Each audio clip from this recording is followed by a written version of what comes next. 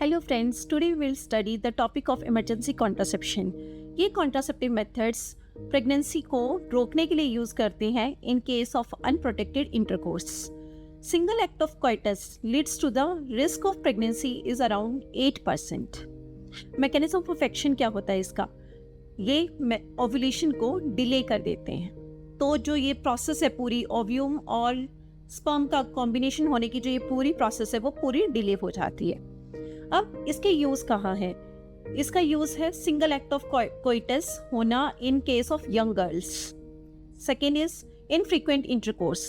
Third, pills कोई female ले रही है as a method of contraception, लेकिन अगर वो भूल जाती हैं तो भी हम इमरजेंसी कॉन्ट्रासेप्टिव दे देते हैं। एक है बैरियर मेथड को यूज कर रहा है और उसमें स्लिपेज हो गई या उसमें रप्चर हो गया, ठीक है। उसके बाद है IUCD को यूज कर रहा है, उसमें वो एक्सपेल हो गई, ठीक है।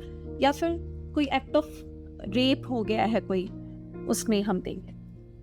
अब उसके बाद हम इसमें देखेंगे कि इसमें इस मेथड्स में कौन कौन सी हम टैबलेट्स यूज कर सकते हैं। फर्स्ट एंड मोस्ट कॉमन जो होता है IPL के नाम से जो मिलती है, जिसका इंग्रेडिएंट होता है लिवोनोरगेस्ट्रॉल। 0.75 mg की एक सिंगल दो टैबलेट्स आती हैं।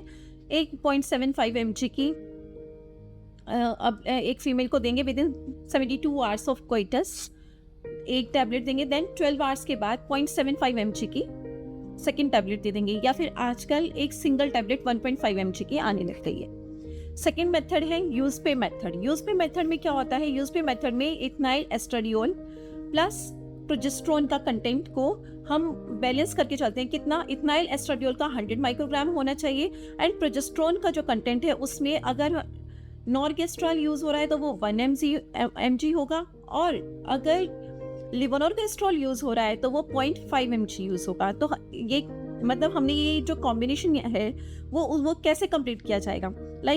अलग अलग टैबलेट्स अवेलेबल हैं मार्केट में। जैसे ओवराल के नाम से अगर ओवराल की आप ले रहे हो तो उसमें इथाइल एस्ट्राडियोल का कंटेंट 100 माइक्रोग्राम बनाने के लिए एक बार में कितनी लेनी पड़ेंगी? 2 टैबलेट्स लेनी पड़ेंगी, ठीक है। तो दो टैबलेट्स एक बार लेंगे 12 आवर्स अपार्ट, फिर 2 टैबलेट्स लेंगे।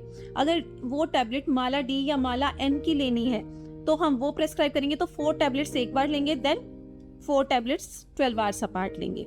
तो ये है यूज पे मेथड अगर हम OC पिल्स के थ्रू कॉन्ट्रासेप्शन करते हैं तो। Third one is conjugated equine oestrogen, जिसमें 15 mg टैबलेट दी जाती है twice a day for 5 days. उसके बाद होता है मीफेप्रिस्टोन, जो कि RU486 भी इसका ट्रेड नेम है। तो अगर वो आप देते हैं तो 25 to 50 mg अप्रॉक्स दे देते हैं, 25 mg दे देते हैं, कुछ लोग 50 mg प्रेस्क्राइब करते हैं, सिंगल डोज दी जाती है। फिर है यूलिप्रिस्टाल, जो ELA-1 के नाम से अवेलेबल है। यूलिप्रिस्टाल हम कितने देते हैं? 50 mg, ठीक है। तो 30 mg दी जाएगी, वो भी सिंगल डोज दी जाती है, ठीक है। फिर उसके बाद IUCD हमने पढ़ा था पहले भी, कॉपर T380A लगा सकते हैं with in 5 days of intercourse, with in 5 days of unprotected intercourse, ठीक है। उसके बाद सेंटक्रोमेन भी कह सकते हैं, या फिर सहेली या फिर छाया के नाम की टैबलेट जो यूज की जाती है, जो 2 टैबलेट एक बार दी जाएंगी। उसके बाद 12 आवर्स के बाद 2 टैबलेट्स देंगे with in 24 hours of intercourse. जैसे लिवोनोरगेस्ट्रॉल हमने पढ़ा था with in 72 hours of intercourse ले रहे थे, लेकिन सहेली या छाया जो टैबलेट है within 24 hours of intercourse दी जाती है। फिर कुछ 2 और हम मेथड्स यूज कर सकते हैं, लेकिन वो मोस्ट कॉमनली यूज नहीं की जाती, लेकिन थेरेपी पर्पस से वो पढ़ी जाती हैं। प्रोस्टाग्लैंडिन की सपोजिटरीज यूज हो जाती हैं, या फिर गोनेडोट्रोपिन रिलीजिंग हार्मोन के एनालॉग्स यूज हो जाते हैं, ठीक है, जिसमें मोस्ट कॉमनली लो डोज में बुसरेलिन यूज की जाती है, ठीक है। तो हम नेक्स्ट टॉपिक्स में पिल्स के कॉन्ट्रासेप्टिव पिल्स के बारे में भी पढ़ेंगे। So stay tuned, please subscribe and share my channel. Thank you.